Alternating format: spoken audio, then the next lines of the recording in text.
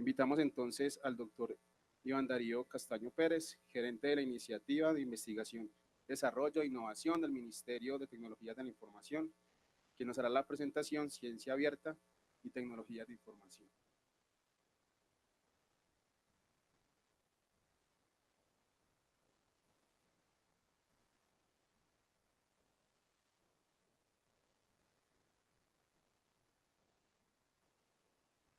Bueno, buenas tardes para todos. Primero que todo, perdón, muchas gracias a la Universidad del Rosario por la invitación que le hace al Ministerio de Tecnologías de la Información para participar en estos espacios que consideramos de vital importancia. Eh, la verdad es que nuestra participación nace de una conversación muy amigable que se llevó a cabo entre varias personas de la Universidad del Rosario, entre ellas la vicerrectora y entre el viceministro, quien nos ha pedido que tomemos atenta nota de todos los temas que están sucediendo alrededor del acceso abierto y de la ciencia abierta.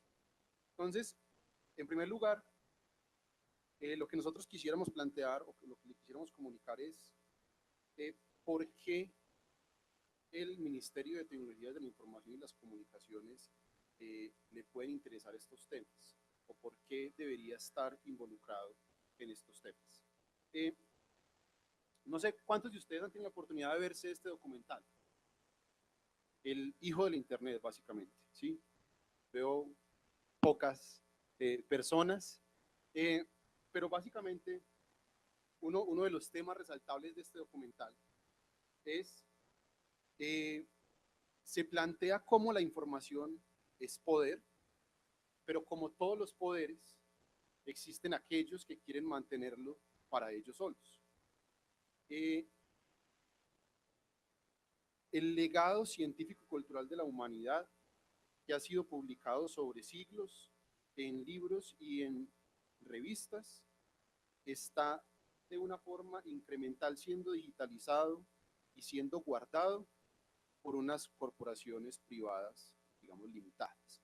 Ahora, esto no quiere decir que esté bien o que esté mal, pero es una realidad a la cual nos estamos enfrentando. Cuando analizamos algunos ejemplos a nivel internacional, nos damos cuenta que en realidad las tecnologías son el soporte y han sido lo que han permitido que temas como software abierto, hardware abierto, gobierno abierto inclusive, pues hayan tenido o se hayan convertido en una realidad. Y aquí simplemente vamos a mostrar ejemplos de por qué la tecnología hace sentido en este contexto. Entonces, por ejemplo, hablando del sistema judicial de los Estados Unidos, resulta que hay una herramienta que se llama Pacer, que lo que hace es que le cobra a las personas, creo que alrededor de 5 centavos de dólar, por cada página de alguna sentencia que se haya proferido. Lo que se dice es, oiga, si los jueces que son actores públicos están sacando esas sentencias, ¿por qué después para yo acceder a ellas tengo que pagar? ¿Sí? Y de nuevo traje la foto del documental a colación, porque de hecho una de las de los delitos por los cuales se le endilga a este personaje de Aaron Schultz es porque él se alió con el sitio de la derecha que es publicresource.org para publicar en ese sitio 2.7 millones de archivos que descargó ilegalmente de la página de Pacer, porque cuando empezó todo este movimiento a decirle, oiga, señores de la justicia, ¿ustedes por qué están cobrando por ese acceso? Ellos lo que hicieron fue, bueno, entonces vamos a abrirlo de forma gratis en bibliotecas públicas. Y lo que hicieron fue irse a una biblioteca pública que tenía acceso ilimitado a este sitio y empezar a descargar todos los casos y publicarlos en esta página. Lo que causaba curiosidad, o lo que causa curiosidad, es que siendo una empresa que está trabajando con datos públicos, estaba generando utilidades por más de 150 millones de dólares al año. No estamos hablando de ingresos, sino que estamos hablando de utilidades. Uno a veces se pregunta en el contexto colombiano, sin el ánimo de entrar en debates, algo similar puede suceder o está sucediendo con el RUNT. y es cada vez que usted va a hacer un trámite ante el RUN, tiene que pagar por el certificado de tradición, por la inscripción, por absolutamente todo, cuando todos estos son datos que, digamos, le pertenecen al Estado. Entonces aquí, de nuevo, estamos acá porque vemos que la tecnología y más específicamente el Internet han sido el elemento habilitador y facilitador de los movimientos abiertos. Y aquí ponemos algunos de los ejemplos. Y en la parte de la derecha ponemos la foto de Tim Berners-Lee,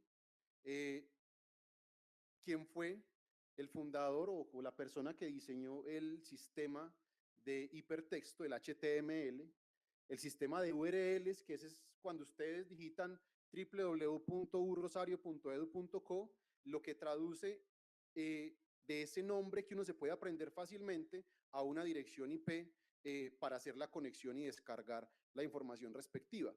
¿Por qué traemos a colación a Tim Berners-Lee? Porque desde el punto de vista de tecnología, que es el sector que nosotros representamos, es un él perfectamente, de hecho, en su biografía lo muestra, ahí le preguntan, oiga, usted con esa super idea que tuvo de enlazar páginas web, los links en páginas web, eso se lo debemos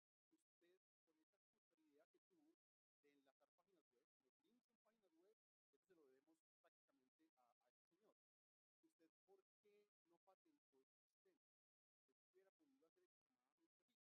Y la respuesta que él da es, porque es que yo estoy buscando un valor público más que un valor. Y hoy en día lo que estamos viendo en el mundo de tecnología es que la gran mayoría de las empresas se han ido por la generación de valor económico.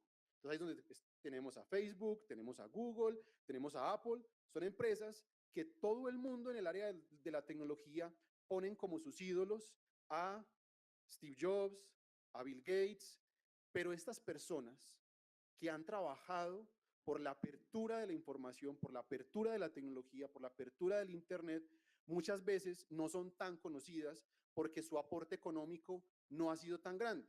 Y nosotros como personas muchas veces nos dejamos llevar un poco más por esos ídolos que tienen, digamos, digamos, un recorrido empresarial grande.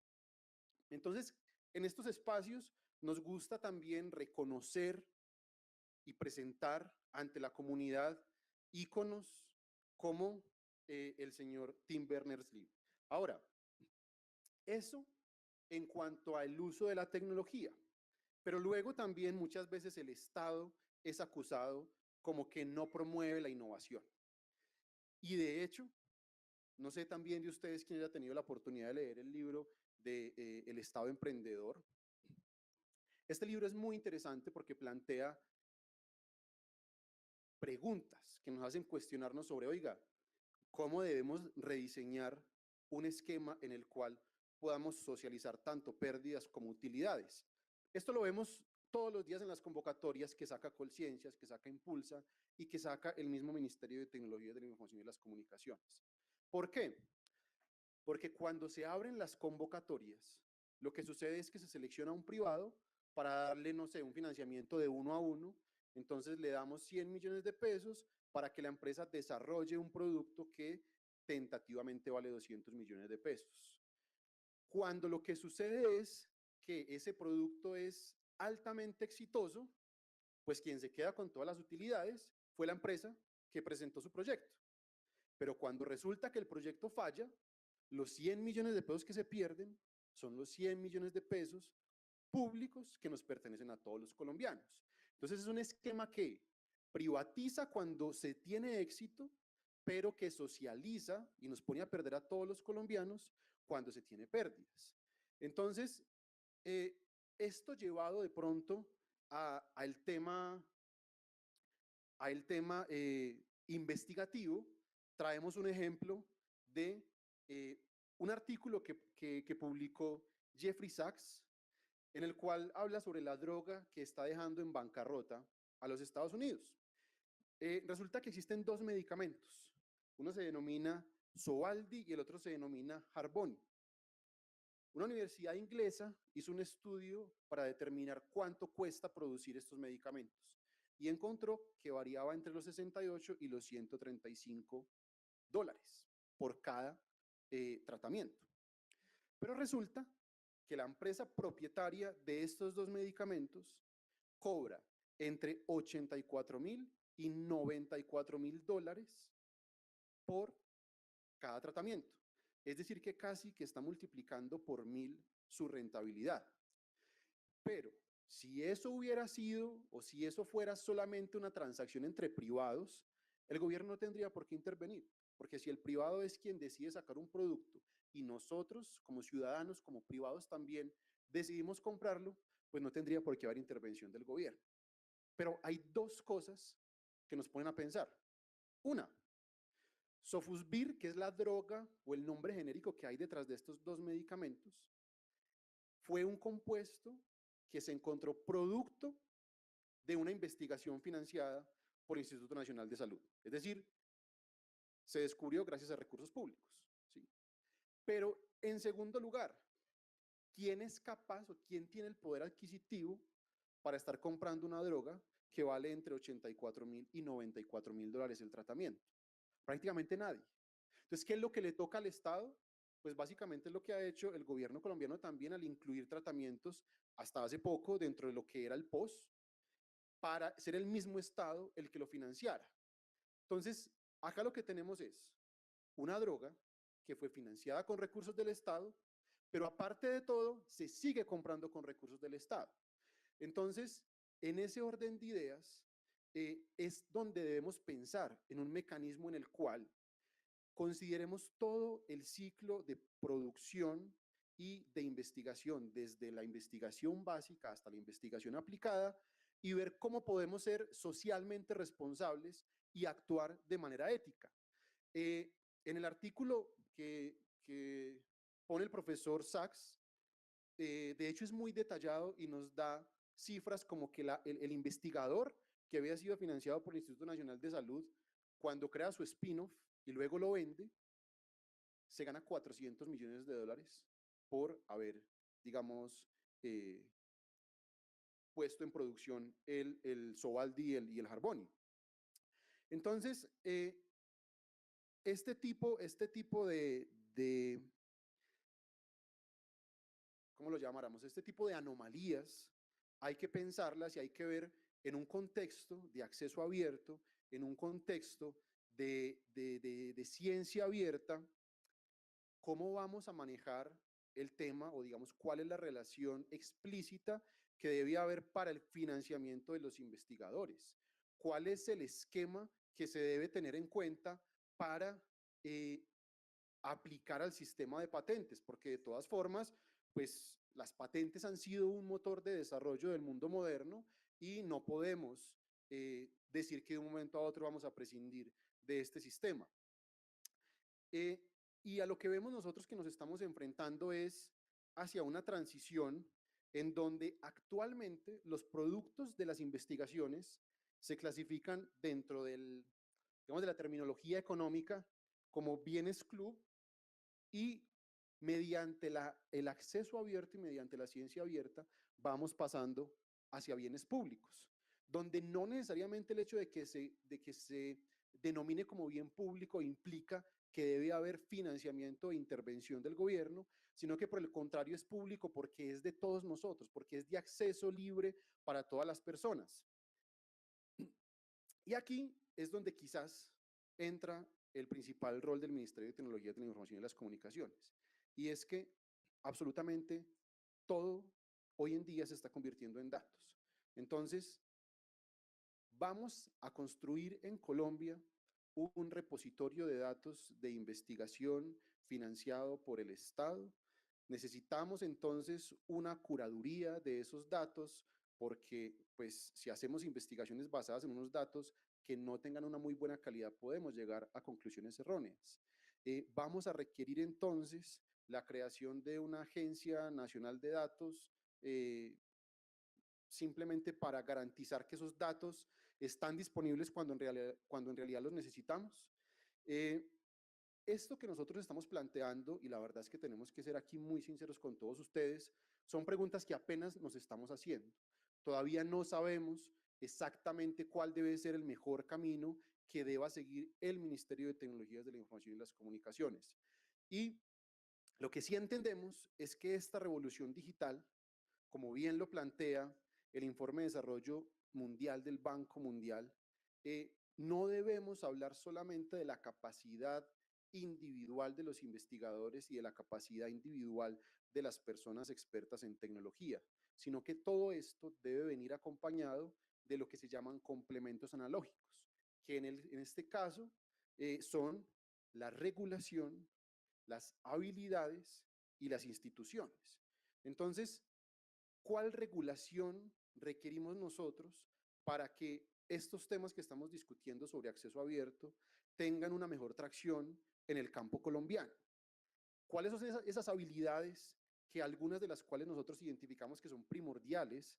Son aquellas relacionadas con la ética y con la lealtad de parte de todos los actores de este ecosistema. Y aquí simplemente para contarles una historia, es que no necesariamente cuando estamos hablando de habilidades son habilidades fuertes. Hace poco nos resultó una alianza con una empresa hindú en la que nos pedía encontrar 100 ingenieros colombianos que quisieran ir a hacer su práctica en una empresa de desarrollo de software hindú, que es Tata. Teníamos muy buenos desarrolladores de software, pero resulta que de los candidatos que teníamos, el 90% no hablaba inglés. Y mandarlos a India sin hablar inglés, a esta empresa le queda un poco complicado contratarlos. Entonces estamos hablando de habilidades que son un poco más blandas y que no necesariamente son habilidades técnicas. E instituciones, entonces aquí de nuevo lo que les comentaba ahora, si los datos son esta infraestructura nueva, entonces necesitamos una Agencia Nacional de Infraestructura. ¿Quién se va a encargar de garantizar como institucionalidad la calidad y la pertinencia de los datos que se encuentran disponibles para el gobierno como un todo? O digamos, no para el gobierno, para el Estado como un todo, para la sociedad como un todo. Y acá simplemente les queremos presentar a ustedes 4 proyectos que estamos realizando nosotros en este momento. Como les decía, este tema, la verdad es que es nuevo para nosotros. Nosotros tenemos en esta imagen, la utilizamos para representar de una forma muy general lo que consideramos es el ecosistema de datos del Estado. Entonces, por un lado tenemos la generación de datos, que esos datos, para poder extraerles valor, deben ser analizados. Y si luego yo implemento un sistema experto o una red neuronal sobre esos datos, pues puedo tener una generación automática de conocimiento. Entonces, eso lo ven ustedes en el lado derecho. En el lado izquierdo, lo que ustedes ven es los esfuerzos desde el ministerio para alcanzar cada uno de esos objetivos. Entonces, para generación de datos, nosotros constituimos el Centro de Excelencia en Internet de las Cosas. Para realizar analítica de datos, creamos el Centro de Excelencia en Big Data y Data Analytics. Y para generar conocimiento de una forma automática, estamos en proceso de diseñar un nuevo centro de excelencia en inteligencia artificial. Después de que nosotros nos empezamos a interesar por este tema, pues hemos tenido algunos acercamientos con los 2 centros de excelencia que ya están constituidos para ver cómo desde allí podemos promover prácticas de ciencia abierta. Pero lo que sí va a suceder es que de manera explícita, en el nuevo Centro de Excelencia de Inteligencia Artificial, sí o sí vamos a incluir temas de acceso abierto y de ciencia abierta. Los 2 centros, estos se constituyeron alrededor de hace 2 años, y en su constitución no quedó de forma explícita la forma en la cual estos se integrarían con temas de acceso abierto o de ciencia abierta. Pero de nuevo, el tercero, que ya estamos en proceso de diseño, en ese sí vamos a considerar aspectos que dejaremos de forma explícita en la constitución del centro. Y para que todo esto funcione, para que esto fluya, pues hay que generar confianza. Muchas veces somos bastante reacios a compartir la información. Y eso sucede inclusive al interior de las mismas entidades. Usted vaya, diga a la oficina de planeación que le facilite un documento donde tenga el histórico de ejecución, a ver cuánto tiempo se demora en pasárselo, se lo pasa impreso y luego usted encartado tratando de llevar eso a un Excel. Entonces, existe muchas veces, en primer lugar, pues la desconfianza, digamos, el hecho de que yo no sé usted para qué va a utilizar esa información, pero también hay un tema que es de ego, y es Usted quizás va a utilizar esa información para ganarse créditos sobre un trabajo que yo hice. Y eso es algo muy cultural. Eh, pero yo creo que es también muy sencillo en el sentido de que si yo vengo aquí a presentar un resultado y yo ese resultado lo estoy construyendo con base en algo que hizo otra persona, pues simplemente le doy el crédito, ¿sí? Eh, pero cuando se trata de para qué va a utilizar usted esa información, que ahí es donde tenemos que nosotros empezar a construir esa confianza, hay una tecnología que creemos va a colaborar mucho en la construcción de esa confianza en el ecosistema de datos, que es blockchain.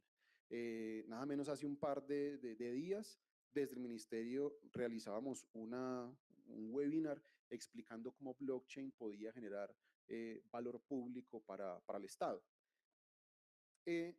Digamos que en este escenario lo que queríamos era aprovechar la oportunidad para compartir con ustedes algunas de las inquietudes que nos estamos haciendo desde el ministerio, de que si ustedes viendo estas inquietudes consideran que existen soluciones que ustedes conocen o que ustedes desde su experticia pueden plantear algunos de los escenarios que nosotros hemos planteado, pues estamos totalmente abiertos para escucharlos y si adicionalmente hay inquietudes adicionales que nosotros como ministerio no nos estamos planteando dentro de nuestro campo de acción, porque recuerden que el campo de nosotros es el campo de las tecnologías, de la información y las comunicaciones, pues de igual forma tenemos las puertas abiertas para cuando ustedes consideren conveniente acercarse a plantearnos cómo podemos nosotros aportar en la construcción de un sistema de ciencia abierta mucho más asequible y mucho más dinámico en Colombia. Eso sería todo. Muchísimas gracias.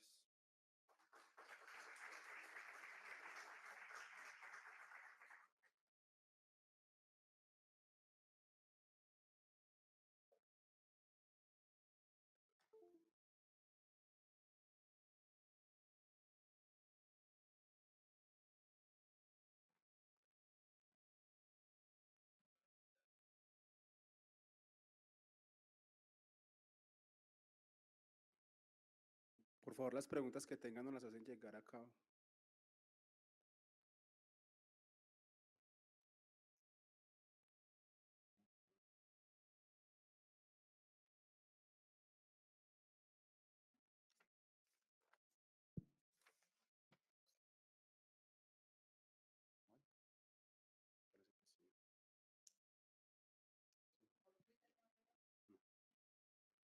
Les recordamos que pueden usar nuestra cuenta de Twitter @repositorio_r con el hashtag numeral acceso abierto R y les estaremos respondiendo las preguntas.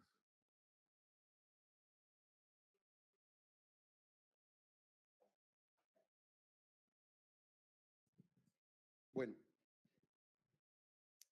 esta pregunta es cómo se están hablando con los otros actores para lograr articular esfuerzos, conciencias, mineducación, etcétera. Pues de hecho, digamos que hay evidencia de que esto lo estamos haciendo y no lo podemos hacer solos. Entonces, por ejemplo, los dos centros de excelencia que yo les mostré, uno en Internet de las Cosas y el otro en Big Data y Data Analytics, los construimos en alianza con Colciencias.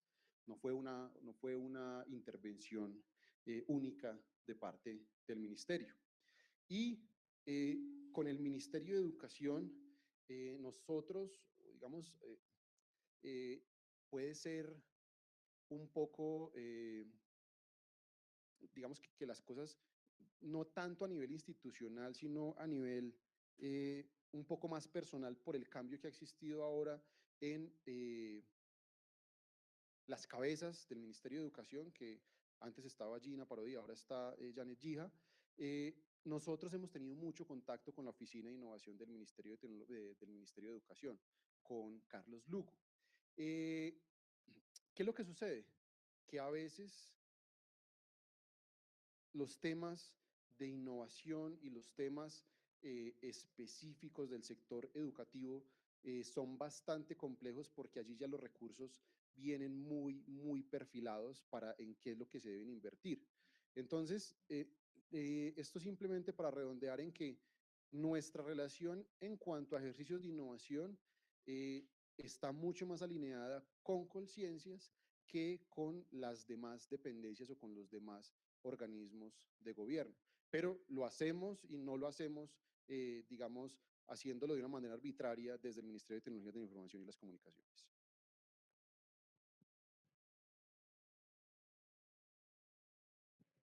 Bueno, entonces dice, ¿a qué se debe que el MINTIC no haya tenido en cuenta la tendencia de acceso abierto como tecnología para el avance de la ciencia? Esta pregunta, la verdad es que a mí me queda un poco complicado responderla. ¿Por qué? Porque yo llevo en el ministerio desde agosto del año pasado y el momento en el que yo llego al ministerio, pues digamos que los centros de excelencia ya estaban constituidos y ya venían funcionando.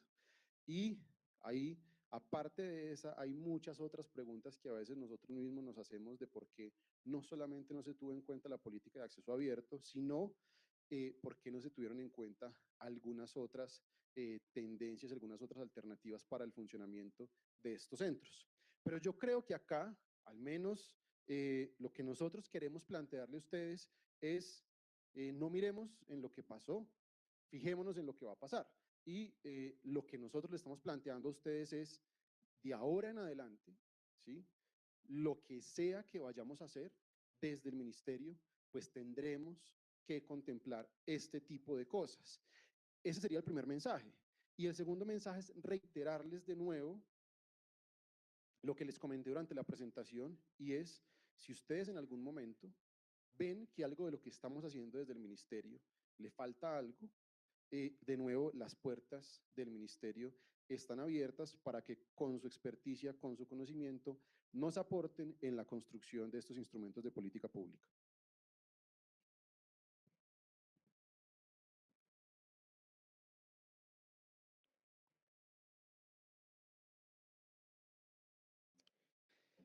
Bueno, aquí voy a necesitar la ayuda de la persona que hizo la pregunta, porque dice, ¿cómo se articula el trabajo del MINTIC con la iniciativa de generación?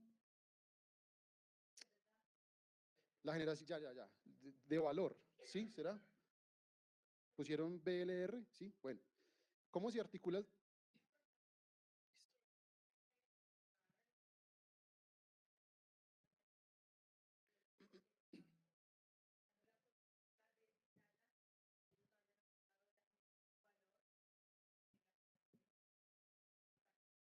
Listo, perfecto. Entonces, dos cositas. Una, en el último borrador de ese documento se denomina innovación basada en datos, ¿sí? ¿Cómo lo articulamos? Pues en este momento hay dos direcciones del ministerio. Una, la iniciativa de I+D+I, en la cual estamos haciendo los comentarios y donde hemos participado de manera activa en la construcción de este documento de política pública. Dos, desde la Dirección de Gobierno en Línea, quien obviamente es la encargada, o obviamente no, para los que no sepan, es la encargada de la política de datos abiertos y de gobierno abierto del Estado colombiano. Entonces, desde estas dos direcciones se está trabajando con DNP en la construcción de este documento. ¿Por qué es importante también hacer una articulación ex ante de esta política?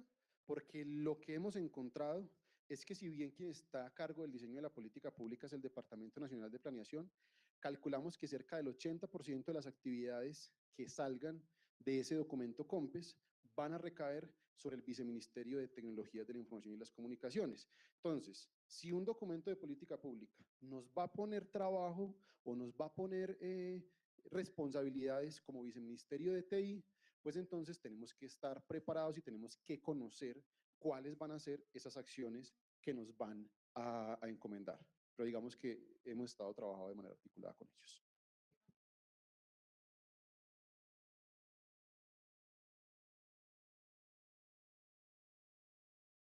Bueno, ¿cómo se están teniendo en cuenta las regiones carentes de infraestructura para lograr innovación en ellas y el nuevo esquema postconflicto? Bueno, aquí hay varias cosas por decir. En primer lugar, la infraestructura sigue siendo un problema en Colombia, pero no es el mismo problema que teníamos hace 6 años. Hoy en día tenemos 1024 poblaciones conectadas por fibra óptica y tenemos 70 que se van a conectar a través de una red nacional de alta velocidad. Entonces, al menos la conexión o la infraestructura de conectividad es algo que hoy en día no tiene el mismo riesgo que tenía hace 4 o 5 años. Ahora, ¿cuál sigue siendo el problema? Y que en eso estamos trabajando desde el ministerio, la última milla, porque llegamos con fibra óptica hasta la cabecera municipal, pero de ahí repartir la señal al resto de, digamos, para que llegue a cada uno de los hogares ha sido la problemática, pero en eso estamos trabajando con programas como, por ejemplo, Internet Social y conexiones de última milla gratis. Eso en primer lugar. Ahora, en segundo lugar, somos conscientes de eso. Y tan conscientes somos que en colaboración con Colciencias estamos trabajando con la Universidad Nacional para hacer un diagnóstico de cuál es el estado en I+D+I, y aquí me van a disculpar, en ICONTIC. ¿Por qué? Porque yo no puedo hacer el diagnóstico de I+D+I en biología, porque no me compete como ministerio, en las regiones de Colombia. Porque lo que nos interesa precisamente es, bueno, sabemos que existen dificultades y que no solamente existen dificultades, sino que no es lo mismo innovar en Riohacha que innovar en Medellín y que innovar en Leticia, sino que también necesitamos saber cómo es eso, porque no, digamos que no es suficiente decir es diferente, bueno, y es diferente cómo. Entonces estamos haciendo un proyecto en conjunto con Colciencias y con la Universidad Nacional para que la Universidad Nacional haga un recorrido por todo el país y nos entregue un documento que nos servirá como base de política pública para plantear acciones en las cuales podamos aprovechar las oportunidades que nos brinda cada una de las regiones de Colombia, pero también tratar de solucionar problemáticas específicas de cada una de esas regiones. Y en ese sentido, obviamente que el factor de posconflicto, pues entrará a ser un factor que se incluirá dentro del estudio que haga la Universidad Nacional. ¿Perdón? Caracterización de I+D+I en ICONTIC en las regiones de Colombia. Bueno, muchísimas gracias.